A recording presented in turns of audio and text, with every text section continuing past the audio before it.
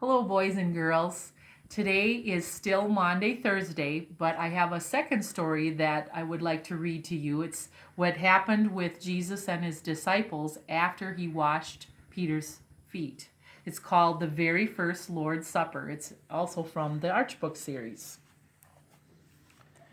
As Jesus walked toward Jerusalem, where he would observe the Passover.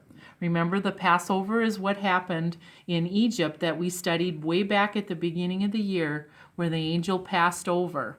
And then they celebrate that every year. So Jesus was celebrating that too. He called to Peter and then to John, these two disciples and no others. Go into the town ahead of me. There you'll find a big room where we can stay to celebrate. I'll be there with you soon. When Jesus finished talking, off went Peter and John.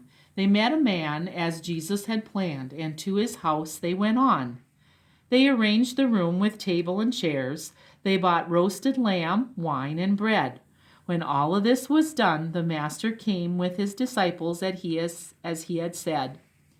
As they sat down for the Passover meal and paused for a blessing to be offered, Jesus spoke to his friends. Eat this meal with me before I must suffer. Jesus took the bread, gave thanks, and he broke it for all to see. This is my body given for you. Take, eat, and remember me. After supper was done, he raised his cup. When the men were all quiet, he said, This cup is the New Testament in my blood. For your forgiveness it is shed. As Jesus talked, Judas slipped from the room. With the priests he had promised to meet, this was the night he'd betray his own Lord. His assignment would then be complete. Remember in the last book we talked about a betrayer. That's who that is, Judas.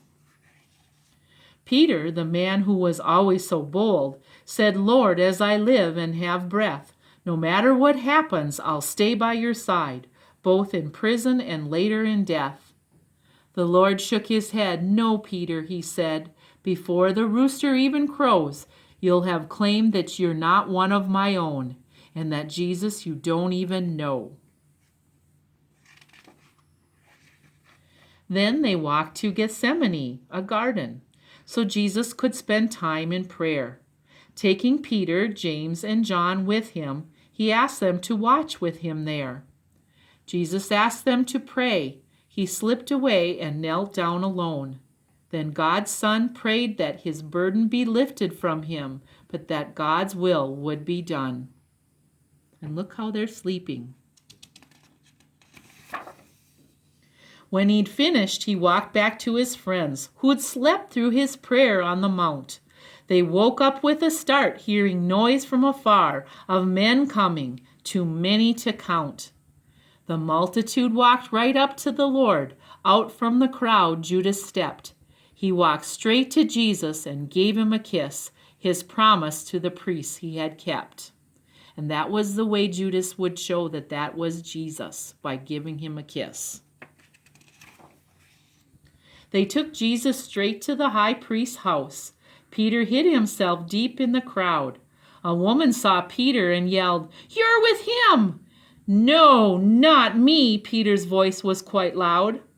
Denied and alone, Jesus faced the high priest. Are you the Christ? The man asked. I am, said Jesus, the one sent by God. The priest tore his clothes in disgust. The priests and leaders took Jesus to Pilate, the judge who would send him to the cross. They didn't know they were a part of God's plan to save us and heal all our loss.